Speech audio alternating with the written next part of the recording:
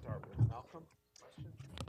Yeah, I really wanted to ask all the panel members, at what point in the sort of personalization spectrum does the concept of regulation and approval become an exercise in futility? In other words, there are so few patients who are going to receive the specific combinations of T cells or vaccines containing the specific neoantigens and so forth, that it becomes, other than setting criteria for overall safety, not contaminated with bacteria and so on, that it's really has to be considered much closer to another type of living drug, of course, stem cell transplantation. I mean, bone marrow transplantation, I don't think has any specific regulation. Sometimes it works, sometimes it doesn't. Sometimes it causes GVHD, sometimes it doesn't. Are we going to have to accept that kind of level of knowledge for these highly personalized medicines?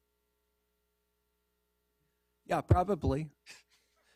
I mean, it's a new paradigm, really, for regulation. And when we are regulating products that are designed for a single person, we just have to develop new paradigms. But with the high response rates that are being reported with the CAR-T CD19 products, we have to develop a way forward and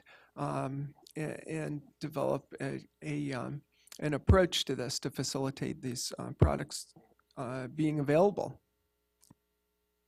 I just want to add that, some of the transplant settings, they're not so rare, and there is uniformity in how it is done. And so there are much larger studies that are considered there.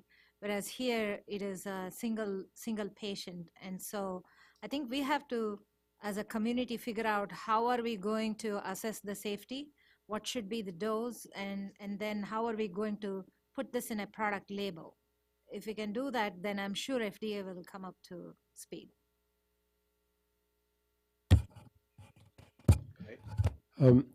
Two questions. One is, do you think the so-called non-proportionality may be related to the delayed effects of immunotherapy, where one can see apparent progression early on and still have increased overall survival? It's possible, but we have so far not been able to delineate that in the studies that are already submitted to us, that it is only because of that, because we don't have as many post-progression assessments, or even if there are assessments, whether they are being done at the same frequency, et cetera. These are all the things that we don't know exactly. But yes, it's a possibility. And that's why I put there that if RESIST is the right criteria as well. I mean, maybe we are defining progression wrong.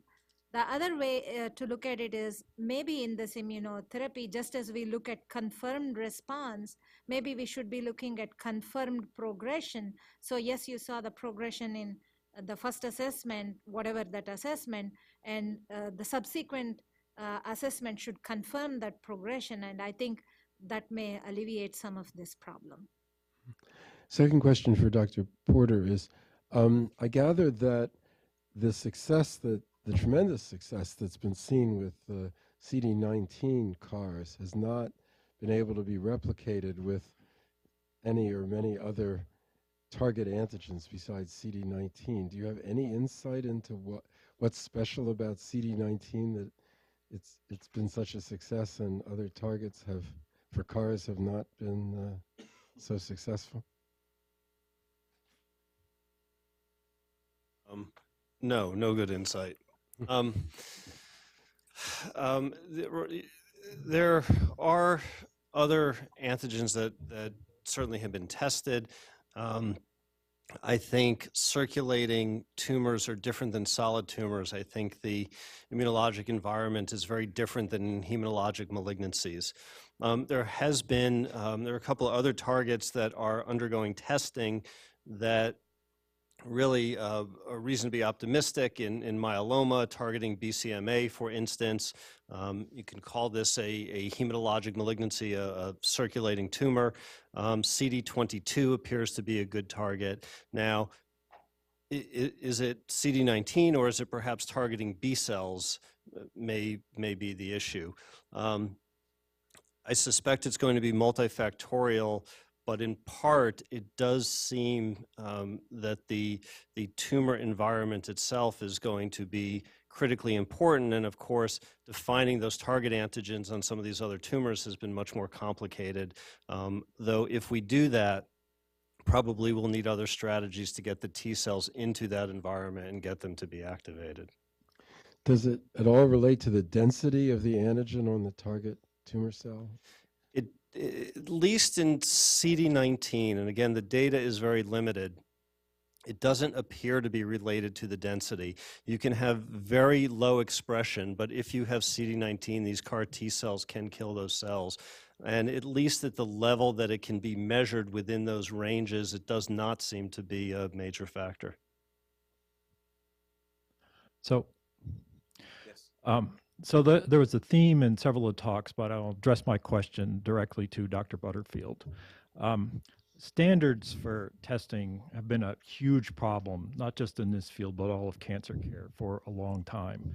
And it's great to have the work you described that lays out a framework for standards. But could you tell us the state of diffusion or adoption of the standards? Because that's really kind of the bottom line here, and it seems pretty chaotic to me. I think that with the people doing human clinical trial work, there's less resistance, and I mentioned the focus of SITC. I should also mention the very critical work throughout Europe and elsewhere by the KIMT group, the immunoguiding program, that's also been running these proficiency panels and creating samples that anyone who wants to can sign up and see how they perform and compare their gating strategies. So while at meetings I attend where there are sort of more basic experimentalists who, they're the innovators. They don't want to talk about they want to find the next new great cell. They don't want to reinvent a known cell. But for people doing, established clinical trial work, I think people, come and ask, can they have an SOP so that they can follow the same standard procedures as, as established controlled laboratories. So I'm encouraged on that front. Okay. Yeah, I have another question for Lisa. Lisa, you mentioned that CTEP does not permit exploratory biomarkers. Yeah, that's actually not true. So this has been maybe you can clarify, but I wanted to get the insight into, what was behind that and where is it going? Can I comment actually? Go a lot around CTEP. So in fact, we do. In fact, as far as I can remember, all of my clinical trials that involve immunotherapy have exploratory biomarkers. So I think that there's a little bit of misunderstanding. We focus our exploratory biomarkers on our early phase trials that are essentially run not through the NCTN, but through the ETCTN, through the Pediatric Brain Tumor Consortium, Adult Brain Tumor Consortium, the Cancer Immunotherapy Trials Network, the ETCTN, which does include Pittsburgh and most major academic cancer centers, really is the network that we believe is the best place to do most exploratory biomarker work. As it stands, the NCTN trials, which tend to be much larger, are trials that we would expect we have valuable specimens that can be stored and kept for exploratory work if a statistical plan is available, if some validated exploratory biomarkers could be dealt with. And the process is actually the BIQ SFP that I think you're familiar with. So in fact, it's not so much that we don't do exploratory work. We do a lot of exploratory work. What we try to do is make sure that the exploratory work that we have doesn't deplete all the specimens that we have in the National Clinical Trials Network that we do store specifically to do exploratory work down the line. And so my work is with the the National Clinical Trials Network and ECOG Akron. And so there were initially, in the melanoma committee, there was a lot of interest in those trials, being immunotherapy based and having banking for exploratory biomarkers. Now that in the recent years, when some of those trials go forward and they're larger, phase 3 trials, very large studies, when we talk about immune biomarkers, those are not going through the system, that those are not integrated biomarkers that are validated and standardized yet. Right. They're not going through without some level of review by external panels of experts, but they can certainly go through, and we're actually very interested in having them validated and looked at. Bruce, last question. Yes, I'd like to comment on Rich's talk and maybe get his response. You said, Rich, that the phase 2 trials were mainly aimed at understanding the biology of the immunotherapy modification and its clinical effectiveness, but not designed for approval. And yet we see that a number of the checkpoint inhibitors were approved for indications based on accelerated criteria, which is phase 2 basically, or even phase 1. And I think it all depends really on whether you can select patients appropriately for the trial and have a very high response rate or a long duration of response and a high response rate, so that a lot of the strategy can change immediately once you have a very active agent and the subgroup of patients that you want to treat. So almost everything changes at that point. And I think thinking about this in the traditional phase 1, phase 2, phase 3 paradigm is really not going to be appropriate, that it can even happen at phase 1, as we've seen with some of the targeted drugs. Well, I think both kinds of phase. I don't think I was proposing an old paradigm. I think there were, when you're in a situation where, if you guess right, and your X that you add to, say, a PD-1 or a PD-1 and CTLA-4 combination is a winner with a very high response rate, then that's great. Then I think it can serve the role that you're saying. However, I think I was trying to say that there's a lot of candidates for that X, and when you're in the mode of trying to sort through all of those candidates and screen those candidates, the academic viewpoint may be different than the viewpoint of a company that maybe has one of those X's, and the public viewpoint is that we want to find an X that's really good when added to that standard combination, and if that involves screening with small sample sizes, then that's the kind of trial there may be a role for. Yeah. Well, we might even think about this kind of cohort expansion approach with the combinations, in the sense that you could try multiple combinations, but if you can select the right patients, one of the combinations could prove so active that you'll have an approvable data set very quickly. So I think the problem now with immunotherapy is the inability to select patients. With CAR T cells, you can, and that's why it's so successful. But the rest of it is, at this point is relatively untargeted. So once we get to that point, things could change dramatically. Well, I think there's two ways of looking at it. One way of looking at it is that we really want immunostimulants, for example, that increase the response rate a lot. Now we may not know at the time we're doing the trial who those patients will be, but we're not really doing this. We're doing the trial partly. Vince DeVita used to say that the best prognostic factor is treatment, and what he meant by that was what we really want to do is improve outcome.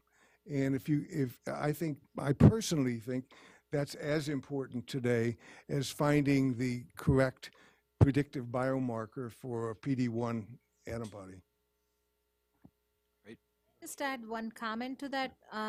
Yes, the first group of all these PD-1 inhibitors, if we took a different approach, they were never seen response rates or what have you.